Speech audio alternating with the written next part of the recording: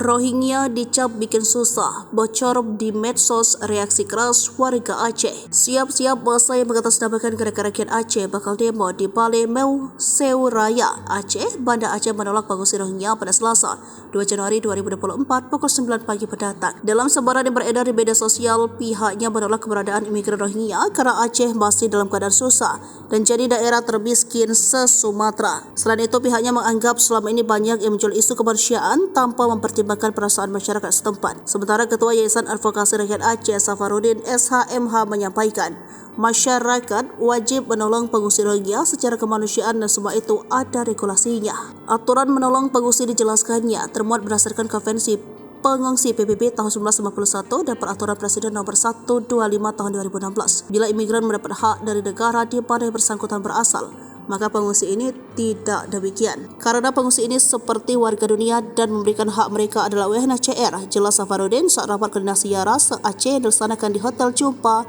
Mannheim, Banda Aceh, Sabtu sampai Minggu 23 hingga 24 Desember 2023.